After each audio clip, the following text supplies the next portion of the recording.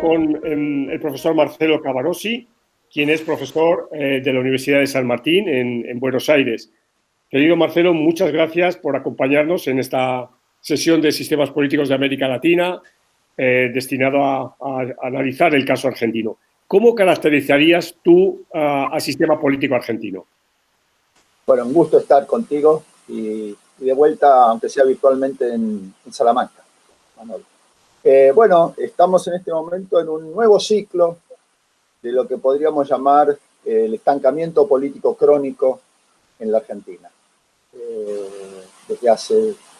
Desafortunadamente, la transición a la democracia en el 83 dejó atrás una sombría dictadura militar, pero no ha podido, a mi juicio, todavía funcionar adecuadamente como un sistema en el cual se den al menos dos requisitos.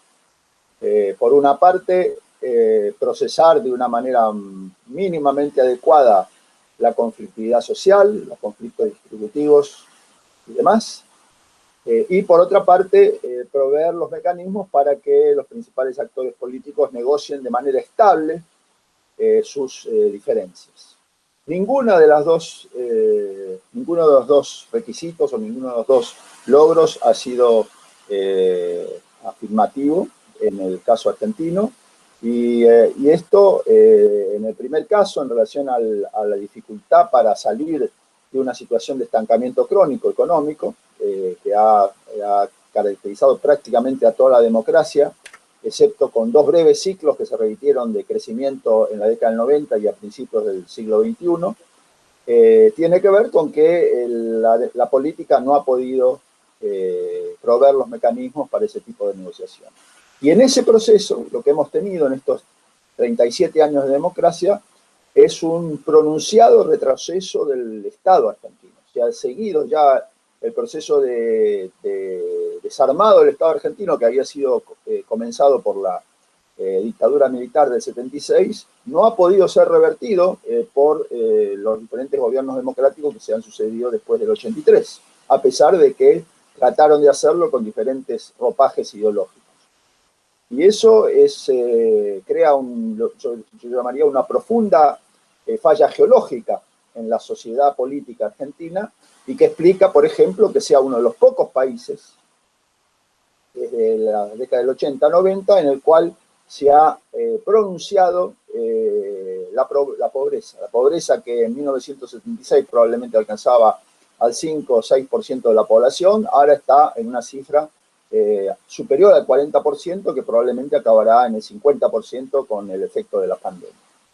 Ese es el primer problema grave, ¿no? Y el segundo problema, que no es resuelto ese tema, por el hecho de que las principales fuerzas políticas no han logrado establecer un patrón de relacionamiento estable en estos 37 años. Y eso se refleja también en que no hay una arquitectura política que se sostenga, no hay un sistema de partidos estable.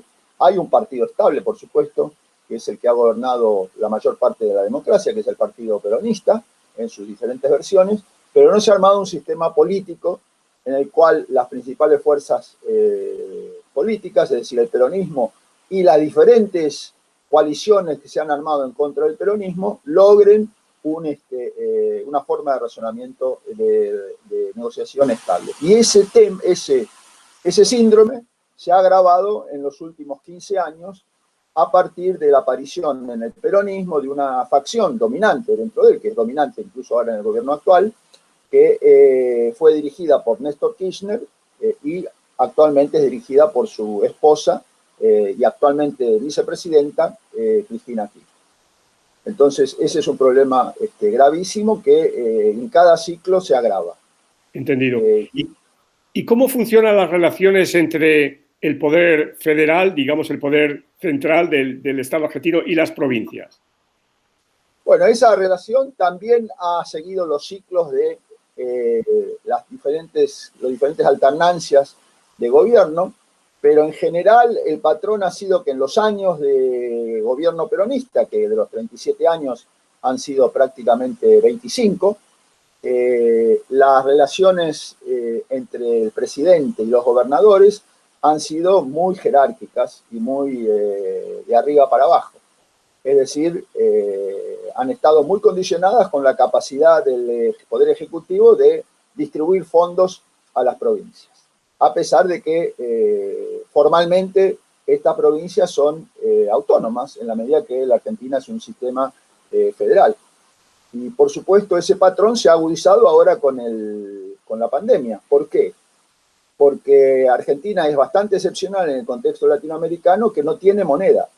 La inflación es tan alta que efectivamente la capacidad de generación de recursos es muy baja, y eso ha llevado que en estos 9 meses de pandemia el financiamiento de las provincias depende prácticamente en forma absoluta de la emisión de moneda por parte del único que puede emitir moneda, que es el gobierno central. Entonces se ha confirmado el patrón de dependencia, que ya era un síntoma bastante prevaleciente en todos los gobiernos peronistas. Ya. Y en tu opinión, ¿cuál es el principal reto que tiene Argentina para los meses próximos?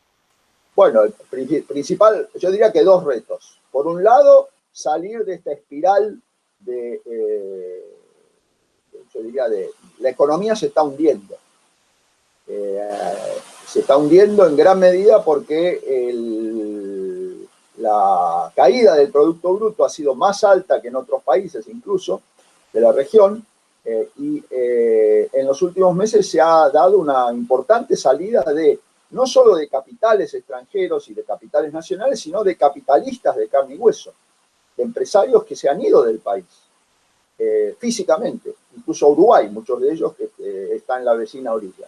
Entonces ahí un reto fundamental es revertir ese patrón, porque estamos realmente en un proceso en el cual el patrón, el grado de inversión que hay no permite ni siquiera reponer mínimamente capital. Estamos en una espiral de recesión agravada. Entonces, primer reto es tratar de revertir eso, para lo cual haría falta una cosa que el gobierno de Alberto Fernández no hace, que es convocar a una mesa de negociación realista con, por un lado, los empresarios y, por otro lado, con los sindicatos. Sin duda, lo paradojal es que la mayor parte de los sindicatos peronistas está muy interesados en lograr ese acuerdo también. No es que los sindicatos estén en contra de eso. Lo que hace muy difícil eso es los quiebres y las brechas que se dan dentro de la propia coalición gubernamental, que no permiten establecer un rumbo fijo en ningún sentido. No hay un rumbo fijo en la economía. Entonces ese es el primer problema. Y el segundo reto es que, a pesar de que cuando asumió Fernández en diciembre del año pasado había prometido moverse en la dirección tanto de un acuerdo económico como de un acuerdo político con la principal oposición, bueno, que había sacado el 41% en la elección presidencial, es decir, una cifra nada desdeñable. Fernández había prometido moverse en la dirección de un acuerdo económico y, por otro lado, de un acuerdo político, para negociar precisamente la difícil situación económica en la cual estaba la Argentina en ese momento, que ahora, por supuesto, es mucho más grave todavía, dado el impacto de la pandemia. Y lo que ha hecho en vez de eso es, contrariamente, ha profundizado, pero muy gravemente, la conflictividad política a través, yo diría, de dos procesos que son nefastos para el funcionamiento democrático.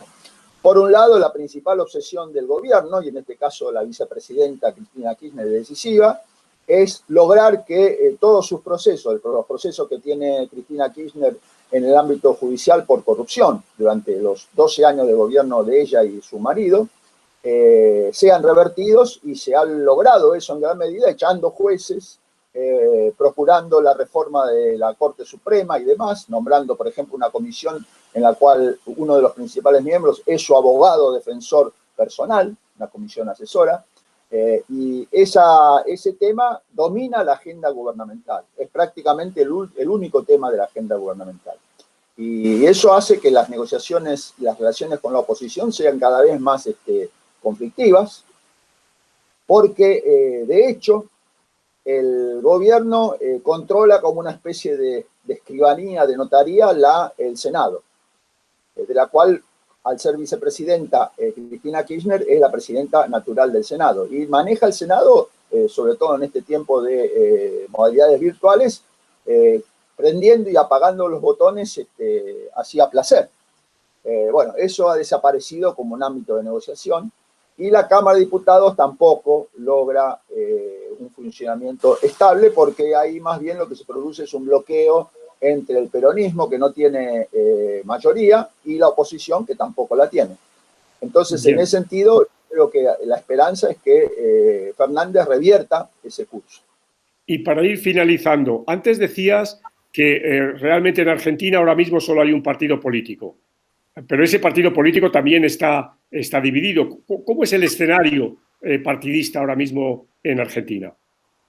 Bueno, es muy correcto lo que dices, Manolo, porque efectivamente el peronismo en el poder por lo menos tiene 4 tipos de actores que negocian en ese océano que es el peronismo. La vicepresidenta que tiene como factor de apoyo sobre todo el enorme peso electoral que tiene en la provincia de Buenos Aires, que es el 40% del electorado argentino. Los gobernadores, la mayoría de los cuales no están alineados con la presidenta. Los gobernadores, la mayoría de las provincias, excepto 4, están gobernadas, las otras son 20, están gobernadas por gobernadores peronistas, la mayoría de los cuales no son ni aliados de Cristina, la vicepresidenta, ni aliados del presidente. Y por último, los sindicatos y los movimientos sociales. Entonces, esa configuración hace prácticamente imposible lograr acuerdos en ese espacio. Y el resultado es que tenemos un elenco gubernamental muy fraccionado, muy departamentalizado al estilo de la lotización italiana de hace varias décadas, en las cuales cada facción de la coalición gubernamental controla espacios. ¿Y la oposición? La oposición no controla nada. ¿La oposición está también dividida o hay un...? No, la oposición yo diría que en este momento milagrosamente se ha mantenido relativamente unida, a pesar de que hay sectores que quieren seguir una vía más agresiva con el presidente y otros menos, pero se ha mantenido unida y yo creo que es bastante probable que las elecciones de medio término que hay dentro de 8 o 10 meses, en octubre del año que viene, esa oposición se presente unida. Por lo tanto, hay una perspectiva de que si la situación económica no mejora, el gobierno sufra un fuerte retroceso electoral en esas elecciones de medio término. Con lo cual, se debilitaría todavía más el poder presidencial, que es prácticamente ínfimo. De acuerdo. Pues muchísimas gracias, Marcelo. Gracias por tu apoyo. Y hasta pronto.